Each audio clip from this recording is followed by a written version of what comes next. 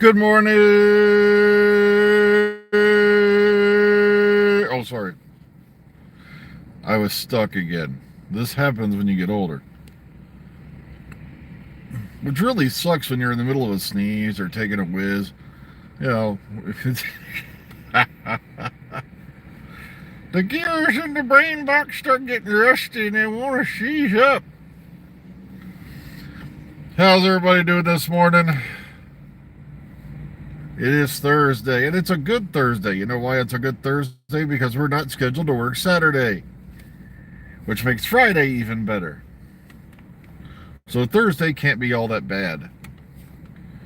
Oh, that's right. It is right now at this second 34 degrees Fahrenheit here in the parking lot. Yeah, I was sitting here thinking, just imagine how many people out there, and this has already started on YouTube, are making videos that are obviously randomly generated or AI generated. You know, because I'm not kidding. It's somebody else's words or somebody else's stuff, and then all of a sudden you got all these stupid images that are popping up at random. And it's like, you can just tell somebody hit a button and this video was created for them.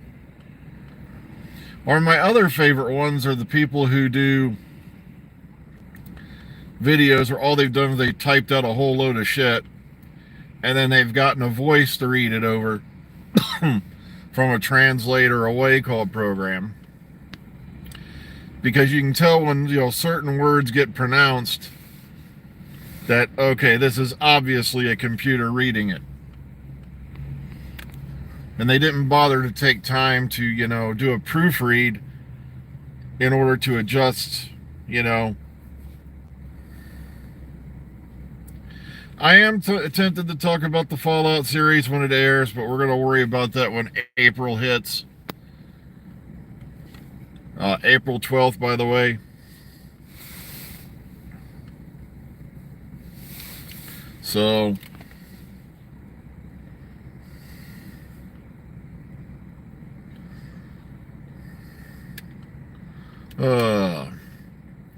yeah, a lot of strange things coming out. It's funny how we've already got news now that Mandeep Gill had already sent text message to the new companion, Virata Sethu. Which, of course, you know by the names and their general appearances, they're all diversity hires. Or at least according to the idiots who live on YouTube. And one of the things I was sitting here thinking, because I've had this going on here at work. We got somebody in here who's playing tattletale over a bunch of stuff they know nothing about, which leads to drama. And one of the things I can't stand at work is drama. I was sitting here thinking about, why do these people do this? Do they actually get some sense of accomplishment out of this, or does it give them some sense of control over something that can't be controlled or is completely out of their control? Or maybe they just need to eat more fiber. Or, you know, sit them down in an interview. They wouldn't last 2 seconds because they'll be like, are you having problems with erectile dysfunction? Because the majority of them are, you know, men. Or purport to be men. I don't know. But my favorite ones are the cartoon character guys. You know, the ones who never show their face on camera, but they drew some cute little cartoon to pop up when they narrate. And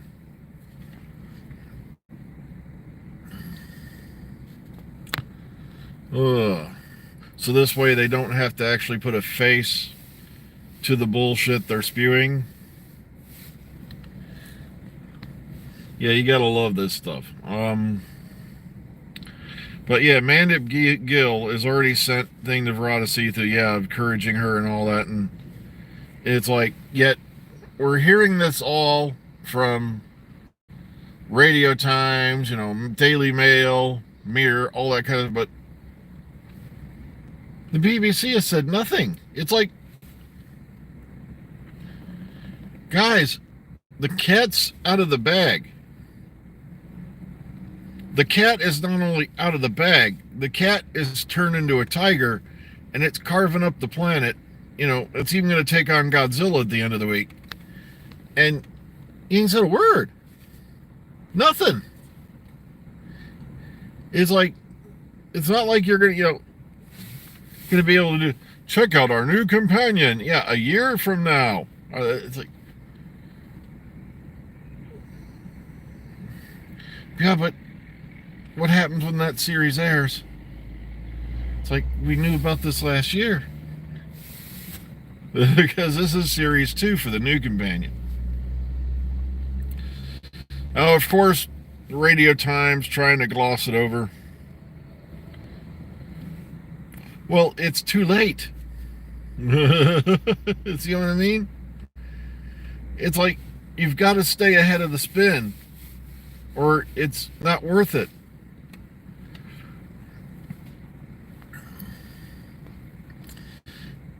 Yeah, I now see Millie Gibson in a bikini. I think she did it in, very good taste. She's enjoying her time off in Costa Rica, and she's going to be looking for new work and all that. And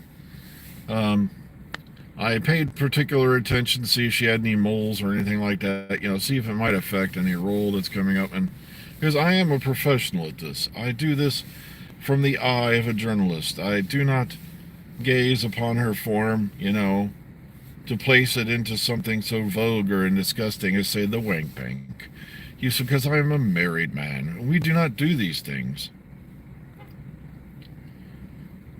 God, I'd hate to start doing videos in that voice. Okay, but okay, hello everyone. I'm Dr. Freedom. I am a bald, middle-aged man sitting in a parking lot talking to you. It is cold outside. Not freezing ass cold, but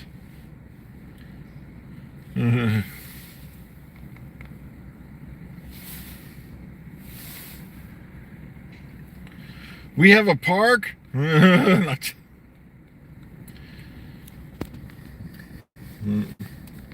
know we got one somewhere near here, but oh well.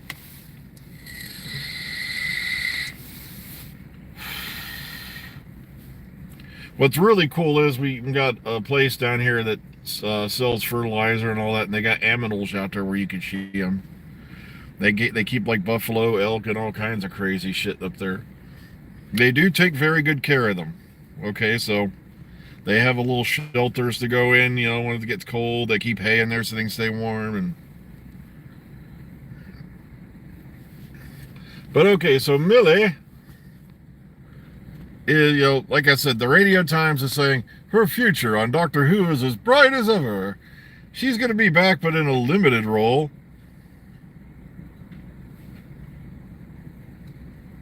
Which she's probably already filmed all that shit. So,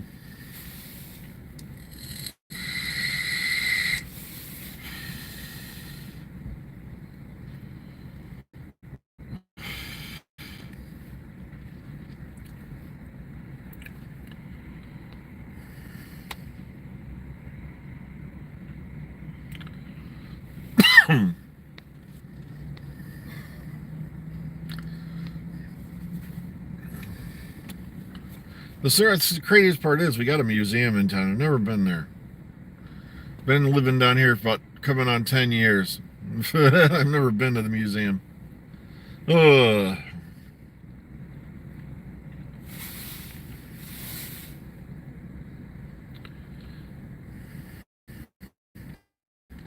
Well, yeah, that's believable because if her contract ended at a certain time, then it's easier just to get everything done and let her go off and do her thing. That way she can, put her name out there and all that sooner.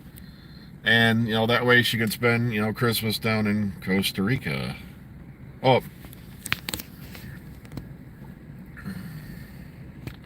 Well, I don't care who's president or not, because sadly people have not yet realized that it does not matter who you elect. You're going to get the same garbage.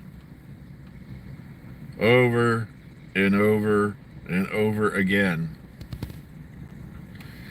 So, And even if he didn't, some other guy is going to promise to do this, promise to do that, and then you'll never see one of those promises fulfilled.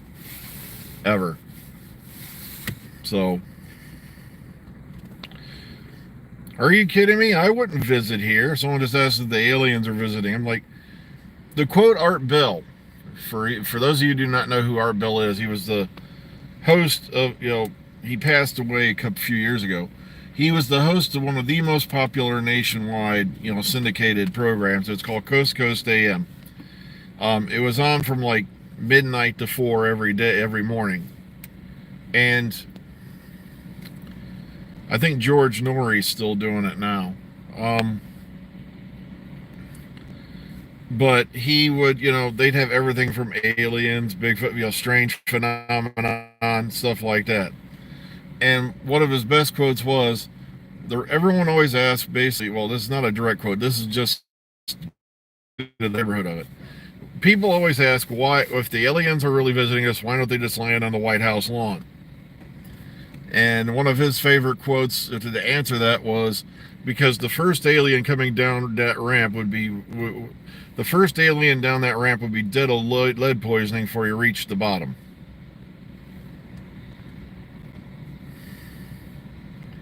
Because we couldn't handle it. And I'm not kidding. I don't think even in hell, we can't even handle ourselves.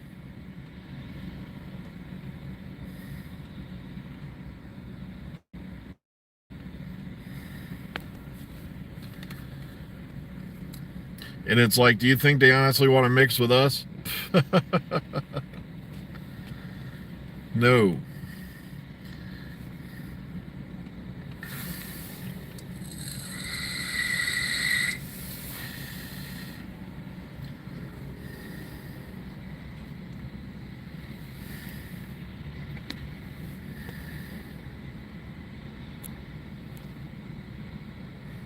Well, that could be just how our moon formed. I've heard so many theories about how the moon was created in my 50-something years on this planet. And like I said, it doesn't necessarily mean it's a giant spaceship. It doesn't necessarily, but I honestly don't think, that the moon split off from Earth or anything like that.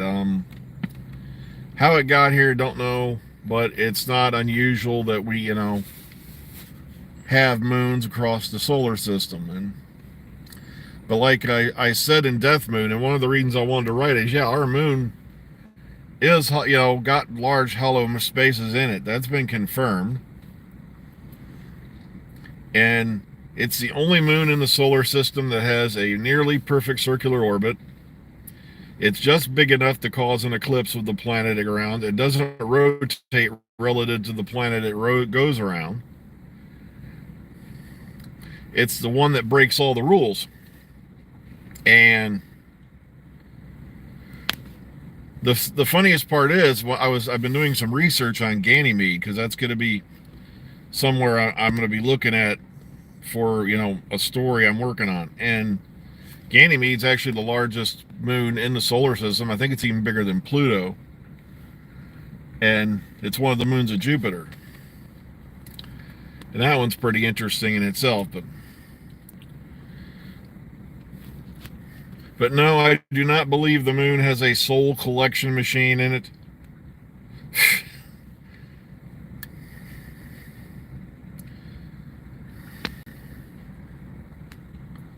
Well, for a while there, they were worried the moon was getting, its orbit was actually decaying.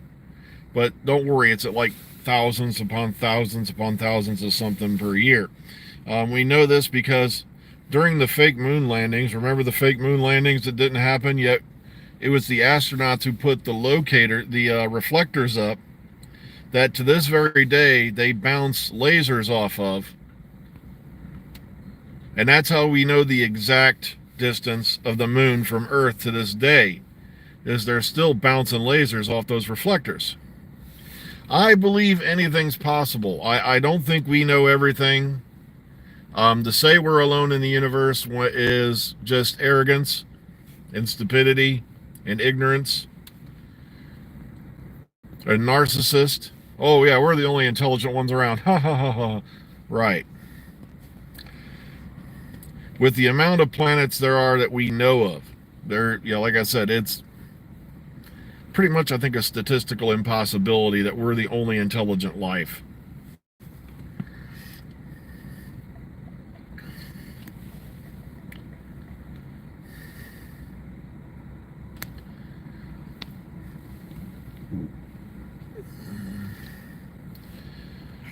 Well, I have been out here 3 minutes too long. I just realized. So I got to get my butt going. Take care, everybody. Be